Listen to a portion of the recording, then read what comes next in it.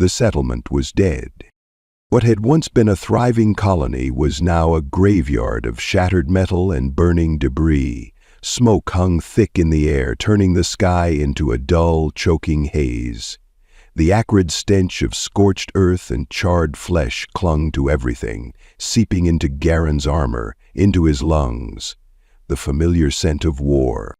He moved cautiously through the wreckage, rifle raised, boots crunching over broken glass and twisted scraps of ruined infrastructure. Signs of life were few: scattered belongings, abandoned tools, blood smeared across a collapsed barricade. But no bodies. That was worse. Raiders didn't leave bodies behind, not intact. His grip on the rifle tightened as he scanned the ruins. He'd seen this before. He knew how it played out. First, the bombardment, to force the colonists into hiding. Then the ground assault, sweeping through homes, dragging survivors into the streets. Those who resisted were cut down. The rest? A sound cut through the distant crackle of fire.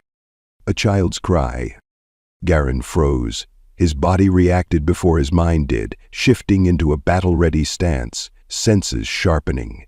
The cry had been faint, but it was close. He adjusted his position, weaving through the rubble toward the source of the sound. He found them in the open courtyard of what had once been the settlement's central hub. A woman stood in the center of the wreckage, silver-blue skin streaked with dirt and blood, her long black hair unbound and wild in the smoke-filled air. She was holding her ground in front of two children, shielding them with her body as a group of raiders surrounded them. She was outnumbered, unarmed, and backed against the crumbling foundation of a collapsed structure. The children, both young, their small frames trembling, clung to the fabric of her tattered cloak. Their wide, violet eyes darted between their mother and the raiders, silent but terrified. One of the raiders, a brute of a man, his patchwork armor stained with old blood, stepped forward, a cruel grin splitting his scarred face. "Pretty thing like you," he drawled, voice thick with amusement. "You got two little ones to feed, huh? Tough luck. Ain't much food left here." The woman said nothing. Her gaze locked onto him, calculating. The renter chuckled, nudging the man beside him. "Maybe we take her with us, sell her off, could fetch a good price. My children are well behaved." Her voice cut through the air like a blade. Firm, steady. The laughter died. The raiders exchanged looks, as if uncertain whether to be amused or confused. She took a slow step forward, lifting her chin. "I can be a good wife to you, human." Garen felt something twist in his chest. It wasn't what she said, it was how she said it. This wasn't a plea, this wasn't submission, this was strategy. The woman knew she was out of options. She knew how raiders worked, how they thought. A lone woman was disposable, but one with value? That was a different game. She was trying to buy time, trying to shift the situation into something she could control. But Garen had been around men like these long enough to know it wouldn't work. The raider laughed, a deep, ugly sound. "You hear that, boys? She thinks she gets to choose." He reached for her arm, fingers closing around her wrist. "You're coming with us, either." Garen pulled the trigger. The shot echoed across the ruined settlement. The raider staggered back, a fresh hole between his eyes. He was dead before he hit the ground. For a second there was silence. Then everything happened at once. The remaining raiders spun toward him, reaching for weapons, but Garen was already moving. He fired twice more, dropping the closest threats before diving for cover behind a scorched vehicle chassis. Plasma fire erupted around him, burning holes into the metal. The woman didn't hesitate. She snatched a fallen pistol from the ground and pulled the children behind the remnants of a support beam. One of the raiders tried to flank Garen, but he was too slow. Garen lunged out, blade flashing. The man barely had time to grunt before Garen's knife sank into his throat. Another turned to run. The woman shot him in the back. The last raider, panicked, desperate, fumbled with his weapon, trying to aim at her. Garen fired first. The shot struck true. Silence fell again. Garen exhaled, stepping over the bodies as he approached her. She was still holding the pistol, her hands shaking. The children were pressed against her legs, their tiny fingers clinging to the fabric of her cloak. Up close, she looked worse than he'd first thought. A gash ran along her temple, dried blood streaking her cheek. There was exhaustion in her eyes, but she remained standing, steady, unyielding. He lowered his rifle. "You're safe now." She didn't move, didn't speak, just stared at him, her expression unreadable. The younger of the children, a boy barely past toddler age, peeked out from behind her. He looked up at Garen with wide, unblinking eyes. "Are you going to take us too?" he asked, voice small. The words hit like a gut punch. Garen knelt down, meeting the boy's gaze. "No," he said. "I'm here to help." The boy hesitated, glancing up at his mother as if seeking permission. She finally spoke, her voice quieter this time. "Why?" Garen looked at her for a long moment. He thought about all the battlefields he'd walked, all the bodies he hadn't been able to save. Thought about the things he'd done in the name of survival. Then he thought about the way she had stood in front of those children, unarmed, ready to fight anyway. He stood. Because someone has to. For the first time, something in her expression cracked, the smallest flicker of emotion. Hope. And maybe, just maybe, Garen felt it too. The journey away from the ruined settlement was slow and grueling. Garen led the way, his rifle slung across his back, his senses on high alert. The woman, still unnamed to him, followed close behind, her movements careful despite the limp in her step. The children clung to her, small hands gripping the tattered fabric of her cloak as they navigated the uneven terrain. The sky overhead was a dull, bruised gray, the air thick with the lingering stench of smoke and death. Garen kept them moving, cutting through the abandoned outskirts of the colony, past shattered vehicles and collapsed structures. He knew the raiders would regroup eventually. It was only a matter of time before they came looking for survivors. Hours passed before they reached a temporary shelter, an old maintenance station built into the rocky cliffs. The structure was half buried, its reinforced walls scorched from past conflicts, but the doors still held, and that was all that mattered. Garen pried them open and ushered them inside, sealing the entrance behind them. The interior was dark, the air stale with disuse. Emergency lights flickered weakly overhead, casting long, shifting shadows across the walls. The space was small, cluttered with rusted tools and storage crates, but it was defensible. Safe, at least for now. The woman sagged against the nearest wall, exhaustion evident in the way her shoulders slumped. The children stuck close to her, silent but watchful, their wide violet eyes darting between Garen and their mother. Garen moved to one of the storage units, prying it open with the butt of his knife. Inside he found a few supplies, old ration packs, a half-empty water canister. It wasn't much, but it would hold them over. He turned back to the group, offering one of the ration bars to the woman. She hesitated, her gaze flickering between him and the food. "It's not poisoned," he said dryly. She stared at him a moment longer before accepting it, carefully breaking the bar into smaller pieces and handing them to the children first. They took them eagerly, small fingers grasping at the food, but they didn't eat right away. They looked to her for permission. Only when she nodded did they finally take hesitant bites, chewing slowly, their expressions cautious. Garen watched them for a moment before turning his attention back to the woman. Now that they weren't running for their lives, he could see the full extent of her injuries. The gash on her temple had stopped bleeding, but dried blood streaked the side of her face. Bruises had started to form along her arms, dark patches against her silver-blue skin. He reached into his pack, pulling out a roll of bandages. "You're hurt." She tensed slightly as he stepped closer. "I'll live," she said. "Yeah, well, you'll live better if you let me patch you up."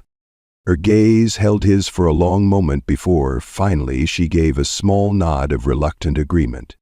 He crouched in front of her, carefully tilting her chin to the side so he could get a better look at the wound.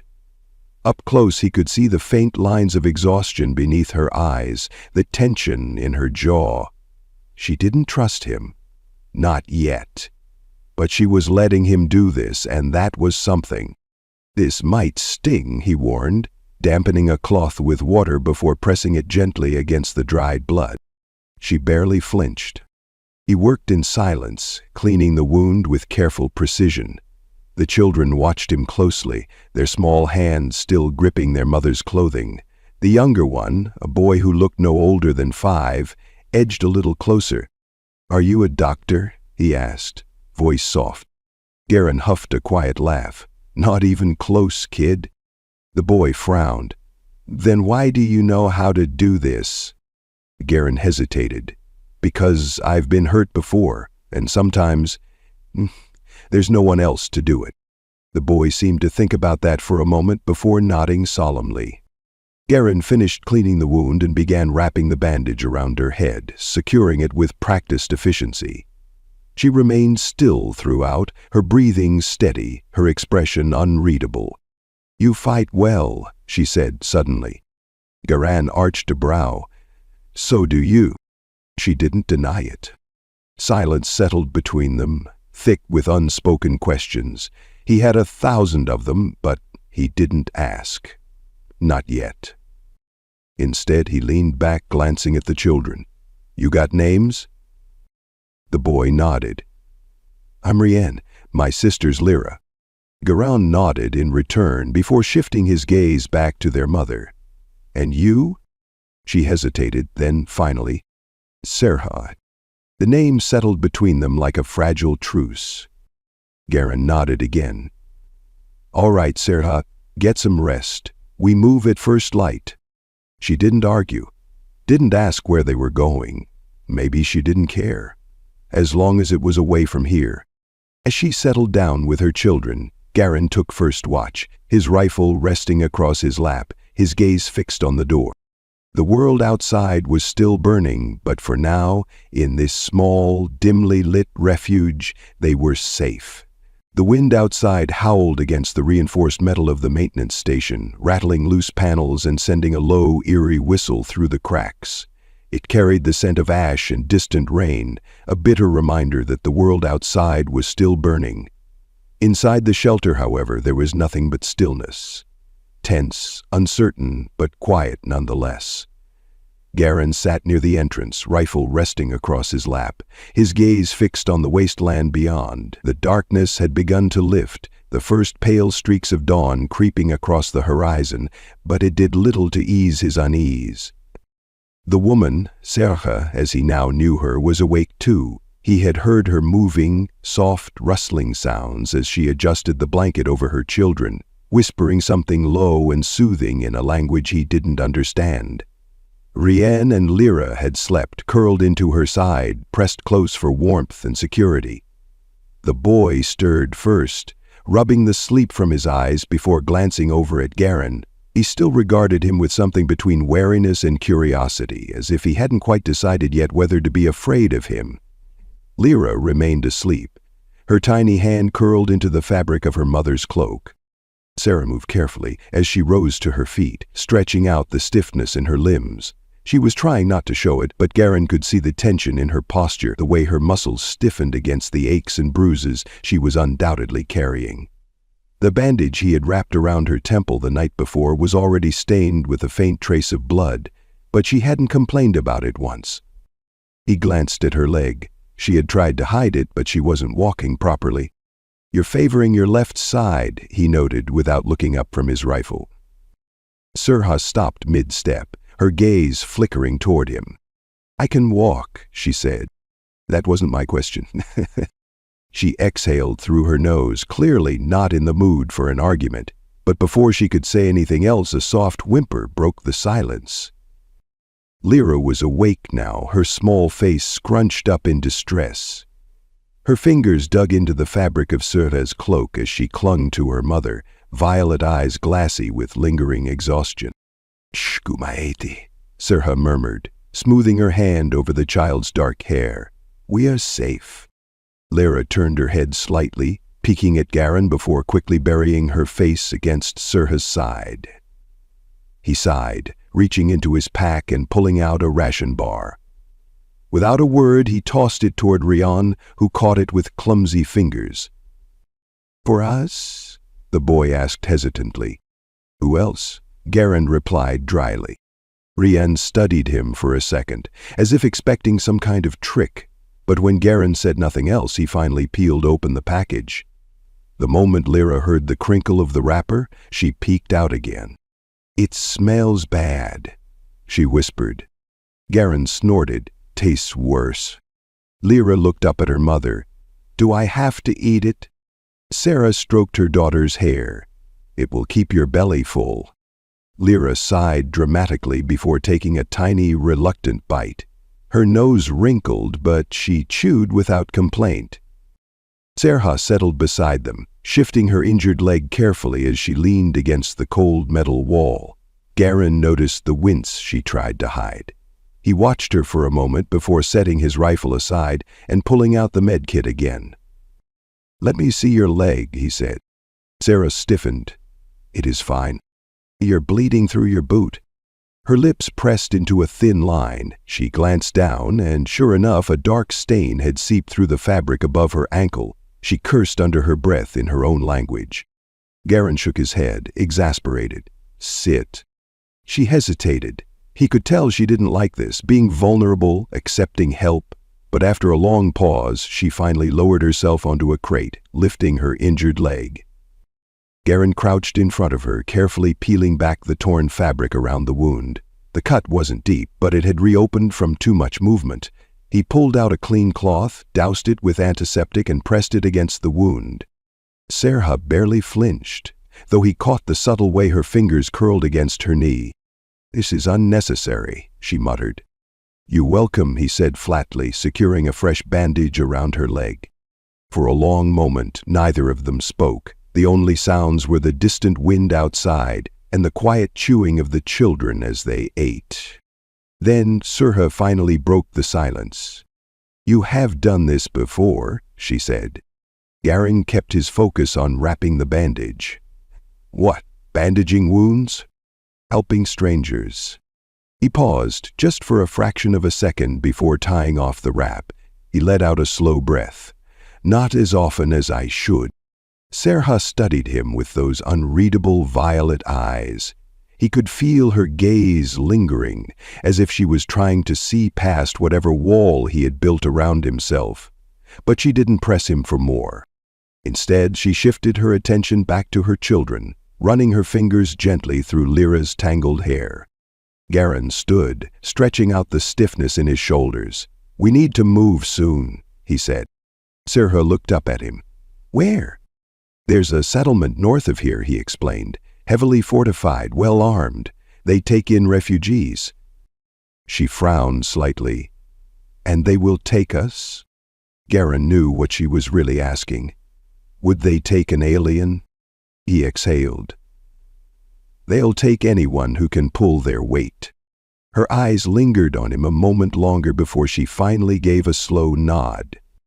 A flicker of movement caught Garen's attention. Rian had crawled a little closer, still clutching what was left of his ration bar. He hesitated, then looked up at Garen with wide eyes. "Are you a soldier?" he asked. Garen sighed, rubbing the back of his neck. "Something like that." "Did you fight the raiders before?" "Yeah." "Did you win?"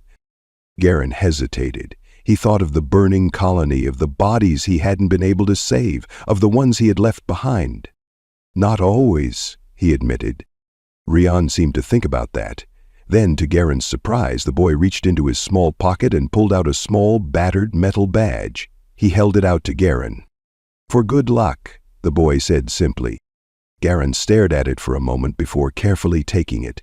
He turned it over in his fingers, feeling the worn edges, the faded engraving. "Thanks, kid," he said quietly. Serha watched the exchange but said nothing. Garen tucked the badge into his pocket, then picked up his rifle. "We leave in an hour." Serha nodded, her gaze still unreadable. As Garen moved back toward the entrance, keeping watch for any sign of movement outside, he felt something shift between them. It wasn't trust, not yet. But it was something. A step closer, The wind carried the scent of distant rain, curling through the canyon like a ghostly whisper. The fire between them burned low, casting shifting shadows against the rocky walls. It was a fragile light, flickering against the vast darkness that surrounded them. Garen sat with his back against a boulder, rifle within reach, eyes scanning the horizon out of habit. Even now, with nothing but silence stretching into the night, his muscles remained tense, ready. Serha sat across from him, wrapped in his jacket. It was too big on her, the sleeves swallowing her hands, but she hadn't taken it off since he had given it to her. She sat with her legs folded beneath her arms wrapped around herself, her violet eyes fixed on the fire as if searching for answers in the embers. Her long black hair fell over one shoulder, the loose strands shifting in the cold breeze. She looked lost in thought, but Garen knew better. This woman was never truly lost. "You should rest," he said, his voice quiet in the stillness. Serha didn't look at him. "I should," she agreed, but she didn't move. A gust of wind blew through the canyon, stirring the fire, and she shivered slightly. She held his jacket tighter around herself, fingers curling into the fabric. For a long while neither of them spoke. The children were asleep, their small forms curled together beneath a thin blanket, their breathing slow and steady. The sight of them, so small, so fragile, tightened something in Garen's chest. Then, finally, Serha broke the silence. "My people do not take back those they cast out," she said, her voice distant. Garen frowned slightly. He had expected something else, maybe a question, maybe another quiet remark about how he never slept, but not this. "Why did they cast you out?" he asked. Serha was quiet for a long moment. Then, without looking at him, she spoke. "My husband was a warrior," she said, "respected. When he died, I was given a choice. Take another mate or be cast out." Garen exhaled through his nose. "And you refused?" A small, humorless smile ghosted across her lips. "I refused." Her fingers brushed absently against the frayed edge of her cloak. "To them, a woman without a mate is unfinished, a loose thread. They told me I was unfit to raise my own children alone, that I was selfish for denying them a father, that I was dangerous for choosing solitude over duty."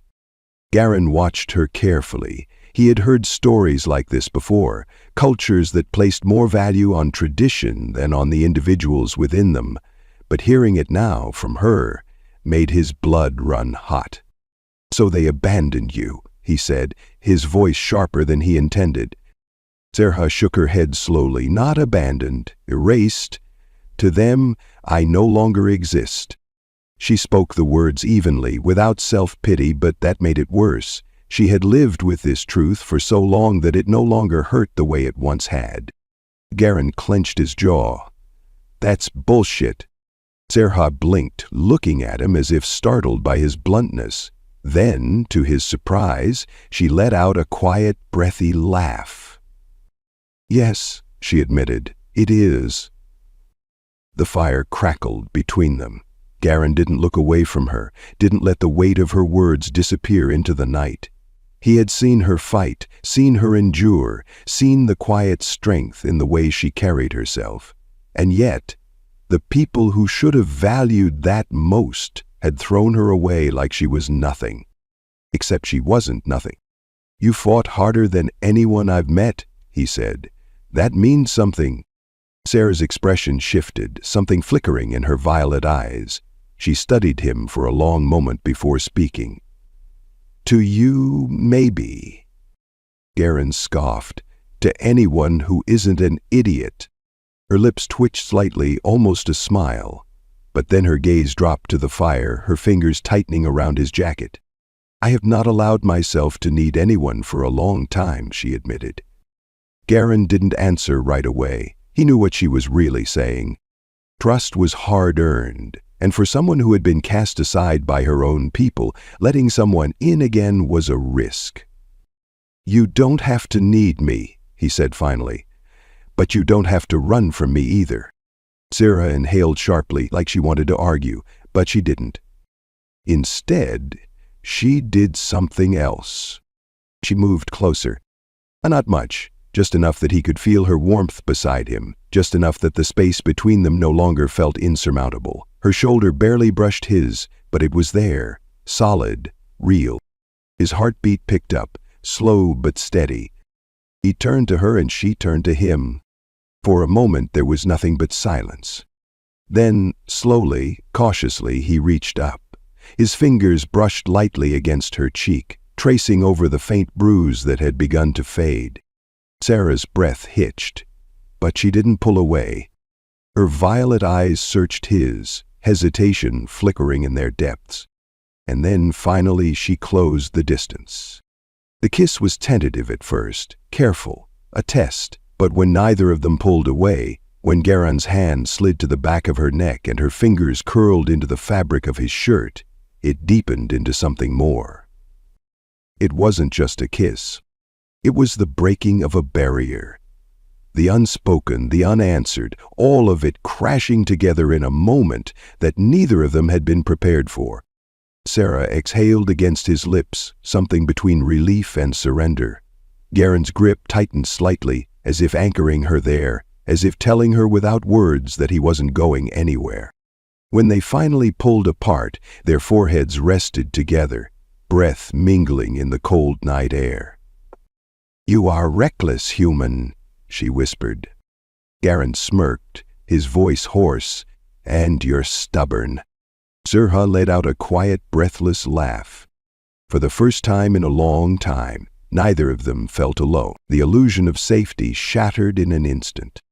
They had left the canyon at dawn, following the winding path that would lead them to the settlement before nightfall. The air was heavy with the scent of damp earth, the promise of rain lingering in the overcast sky. For the first time in days, the journey had been quiet. No signs of pursuit, no distant gunfire, no smoke on the horizon. Garen should have known better. The first warning was the change in the wind. The second was the low hum of engines. He stopped mid-step, his entire body going rigid. The distant sound of skiff thrusters echoed through the valley, growing louder with every second. He turned sharply, scanning the ridge behind them. Dust trails. Too many. Sirha was already at his side, her breath sharp. How many? At least 3 skiffs, maybe more. Garen didn't take his eyes off the horizon. They found us. Sirha inhaled slowly, steadying herself. Then she did what he knew she would. She turned to her children. "Rien, lire." Her voice was calm, controlled. "Go to the rocks and stay low." The children obeyed without hesitation, their small hands gripping the fabric of her cloak before darting toward the shelter of an outcropping. Garen adjusted his grip on his rifle, mind racing. They were too exposed here. Nowhere to run, nowhere to hide. There was only one option. "I'll lead them away," he said, already calculating the best route. "You take the kids and keep moving." Sirha's head snapped toward him, eyes flashing. "No, it's not up for debate." "I said no," she hissed. "I will not leave you behind." Her defiance might have been admirable if the engines weren't closing in fast. He didn't have time for this. "Sirha, they will kill you." The way she said it, sharp, certain, made him pause. She wasn't just arguing, she was afraid. The engines roared, and before he could respond, the first skiff came into view. There was no more time. Garen moved first. He dropped to one knee, rifle raised, exhaling slowly as he took aim. The first shot struck the lead driver in the chest, sending the skiff careening into a rock formation. The explosion sent debris flying, forcing the second vehicle to swerve sharply. Then the gunfire began. The raiders spread out, plasma bolts scorching the ground as Garen returned fire. He took out 2 before they could find cover, but they weren't amateurs. They adjusted quickly, advancing fast. He heard Sirha fire behind him. A sharp cry rang out, one of the raiders dropping mid-charge. She was holding her ground. But there were too many. A shot grazed Garen's shoulder, heat searing through fabric and skin. He gritted his teeth, pushing through the pain. Another came too close, forcing him to duck behind a rock. Then he heard it. Lyra's scream. His head snapped up just in time to see a raider charging toward the children. Serha moved before Garen could. She was fast, faster than he expected. She lunged, tackling the raider to the ground, her blade flashing. The man barely had time to react before she drove it into his throat. But she wasn't fast enough to dodge the next attack. Another raider struck her from behind, slamming the butt of a rifle into her ribs. Serha gasped, staggering, her hands catching the dirt as she fell to one knee. Garen didn't think. He moved. He put a bullet through the raider's skull before the man could take another step toward her. The last enemy hesitated. That was all Garen needed. He closed the distance in 3 strides, catching the man's arm before he could raise his weapon. They struggled, feet kicking up dust, fists colliding. The raider landed a solid hit to Garen's ribs, but he barely felt it through the rush of adrenaline. He twisted, using the man's own momentum against him, driving his knife up beneath the ribs. The raider gurgled, slumping forward. Then, silence. Garen barely registered his own breathing, the sharp pain in his side, the weight of his injuries. His gaze went straight to Serha. She was still on her knees, one hand pressed against her ribs. Blood smeared her fingers. "Serha!" he rasped, moving toward her. She looked up at him, her violet eyes flickering with too many emotions at once. "You are a fool," she whispered. "You should not risk yourself like this." Garen exhaled, dropping to one knee beside her. Too late for that. Her hands trembled slightly as he reached for her. His fingers brushed against her skin, feeling the heat of battle still clinging to her. She inhaled sharply. "I don't know how to stop fearing this." "You don't have to," he murmured. "Just don't run from it." For a long moment, neither of them moved. Then Serha did something unexpected. She leaned forward, resting her forehead against his. Her breathing was uneven, her fingers curling into the fabric of his jacket. And then, before he could fully register what was happening, she kissed him. It wasn't careful this time. It wasn't hesitant. It was desperate, fierce. She kissed him as if she were trying to convince herself that he was still alive, still here. And Garen, he kissed her back just as fiercely. Her hands tightened in his jacket, holding him there, grounding herself. His fingers slid against the curve of her jaw, anchoring her in return. The battle, the blood, the exhaustion, all of it faded. There was only this. When they finally pulled apart, their breaths were unsteady. Serha's forehead rested against his, her fingers still tangled in his shirt. "You are reckless, human," she whispered. Garen smirked, voice hoarse. "And you're stubborn." Serha let out a quiet, breathless laugh. For the first time in a long time, neither of them felt alone.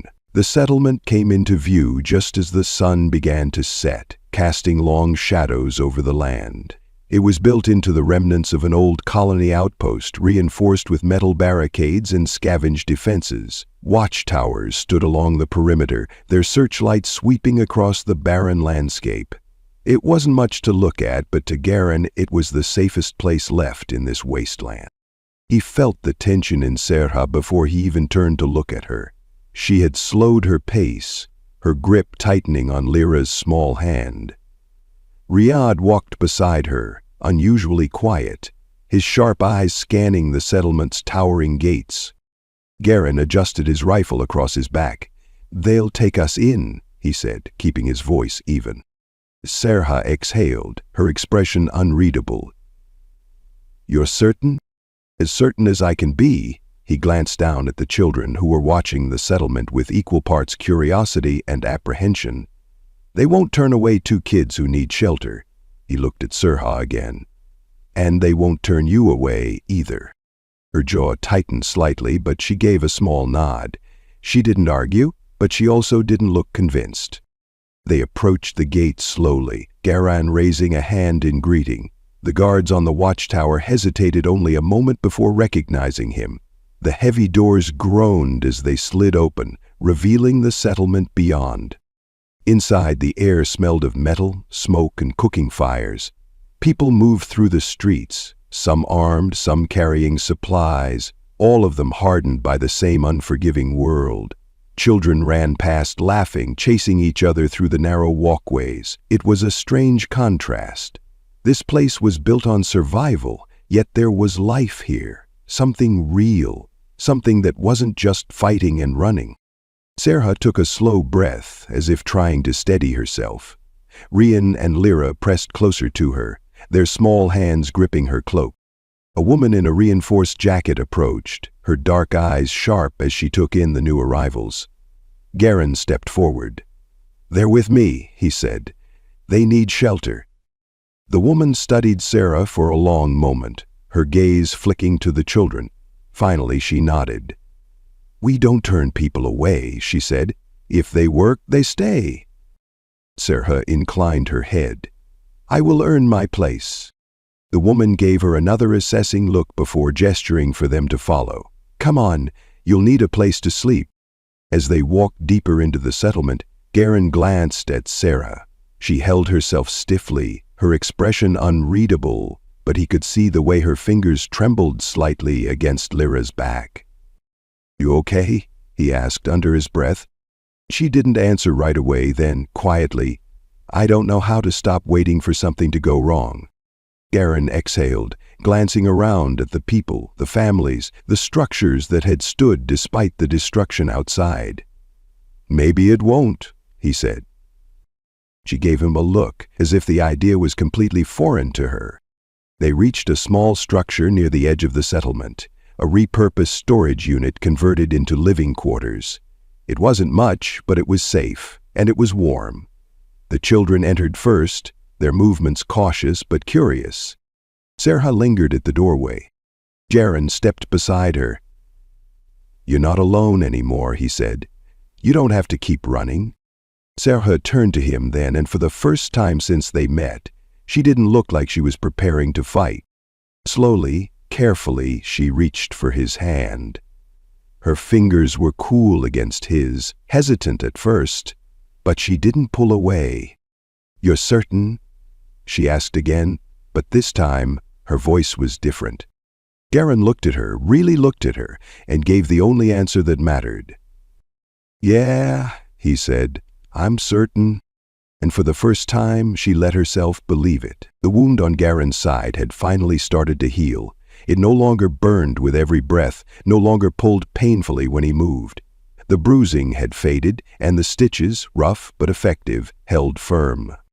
Sir had been the one to take care of it, of course. She hadn't trusted the settlement's medics, not because they were unskilled, but because he was hers to protect. Garen hadn't argued. He had let her clean the wound, change the bandages, press her cool fingers against his skin with gentle efficiency. Now, as the afternoon sun cast golden light over the settlement, Garen stretched, rolling his shoulder to test the stiffness. A dull ache remained, but it was a small price to pay. From where he stood, he could see Serha sitting beneath a low tree, the children giggling as they played around her. Lyra ran in circles, her tiny hands reaching toward the sky, while Rion tried to catch her. They had found something that resembled a ball, probably a repurposed piece of old machinery, and had spent the better part of the morning chasing each other through the dusty streets. Serha, ever watchful, sat with her legs folded beneath her dark hair cascading over her shoulders as she observed them. But for the first time, she wasn't just watching for danger. She was smiling. Garen made his way toward them, pausing as Riyadh spotted him. "You're not fast enough to play," the boy announced, arms crossed. Garen arched a brow. "That's so? You still hurt?" Garen smirked. "I think I'm good enough to take on a couple of kids." Plea narrowed his eyes, considering the challenge. Then, without warning, he threw the ball straight at Garen's chest. Garen caught it effortlessly. "Not bad," he admitted, "but I've seen raiders throw harder." Rien's face lit up with determination. "That's because you haven't seen me throw yet." Lyra gasped, giggling, and clapped her hands. "He's going to get you, Garen."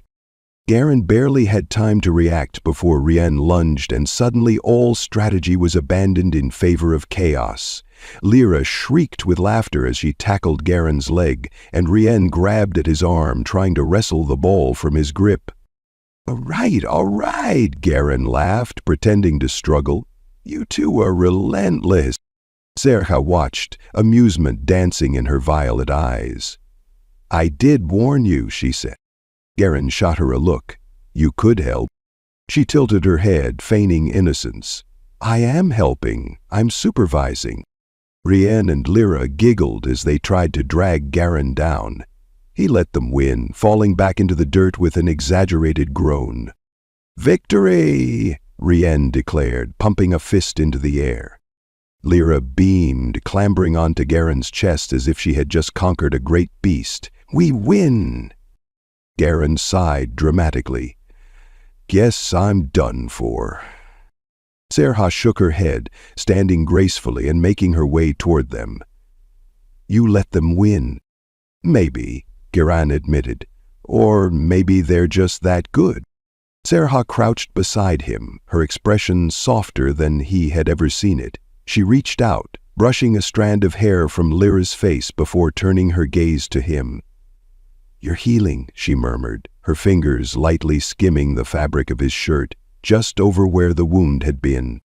Garen caught her hand before she could pull away, holding it there. I had a good healer. Something unreadable passed through her expression, something deep and warm. Slowly she leaned in, her lips pressing softly against his. It was a quiet thing, not rushed or desperate, just a moment stolen between them. Something theirs. Rien groaned. Again. Lyra giggled. Mama likes kissing Garen. Sarah pulled back, but she didn't look away from Garen, her smile lingering. Hush, she told them, her voice full of quiet laughter. Garen smirked, brushing his thumb over her knuckles. Can't argue with the kid. Serha rolled her eyes, but there was no irritation in it, only warmth. For the first time, in what felt like forever, they weren't running. There was no gunfire in the distance, no raiders closing in, no desperate struggle for survival. There was just this. The laughter of children, the warmth of a setting sun, the weight of Serha's hand in his. A future, their future. And for the first time, Garen let himself believe in it. The sun was dipping below the horizon, casting a warm amber glow over the settlement. The air was cool but comfortable, carrying the faint scent of burning wood from the communal fires. The distant hum of voices filled the streets, laughter, conversation, the sounds of life. It was a stark contrast to the silence that had once filled their nights, the tension of always looking over their shoulders. Garen stood near the edge of the settlement, looking out over the land beyond the barricades. The wasteland stretched endlessly in the fading light, but for the first time, he felt no urge to move forward, no restless energy pushing him to keep going. He had spent years wandering from one battlefield to another, never stopping long enough to call anywhere home. But here, now, he had something worth staying for. A small voice broke through his thoughts. Garen. He turned just in time to catch Lyra as she barreled into him, her tiny arms wrapping around his leg. He huffed a small laugh, ruffling her dark hair. Didn't see you coming, little warrior, he said, lifting her effortlessly into his arms. Lyra giggled, curling her fingers into the fabric of his jacket. Mama says it's almost time to eat. That's so? He glanced toward the small dwelling they now shared. From the open doorway he could see Serha inside, moving with quiet efficiency as she prepared the meal. Rien sat at the table, concentrating intensely as he carved something into a small piece of wood with a dull knife. The boy had picked up the habit from some of the older settlers, fascinated by the way they shaped scraps into something useful. It was such a simple sight, so normal, that it made something tighten in Garen's chest. Lyra wiggled in his arms and he set her down, watching as she ran ahead. He followed at a slower pace, stepping inside just as Serha turned. You let them run wild, she teased. They're small, I can take them. Serha shook her head, but there was amusement in her eyes. She gestured toward the table. Sit, eat. Garin didn't argue. The meal was simple. Stew made from whatever the settlement's hunters had brought back. Bread that was a little too dense but warm. It wasn't much, but it was theirs. They ate together, the way a family would. Rian chattered about the things he had learned. Lyra made a mess of her bowl. And Sarah sat beside Garin, her presence solid and real, her eyes softer than he had ever seen them. Later, after the meal was done and the children had fallen asleep in their shared cot, Garin stepped outside again. The night was quiet, stars stretching endlessly overhead. Serha followed him, her steps light against the dirt. She stood beside him, arms crossed against the evening chill. "You don't have to keep watching the horizon," she murmured. He glanced at her, a small smirk tugging at his lips. "Habit." Her gaze searched his. "And if you broke it?" Garin considered that, considered staying. Then, without a word, he reached for her. She didn't hesitate. She stepped into him, pressing her forehead against his, her hands resting against his chest. "You don't have to keep running," she whispered. Garin exhaled slowly, his hands settling at her waist, grounding himself in the warmth of her presence. "I know." And for the first time in his life, he meant it.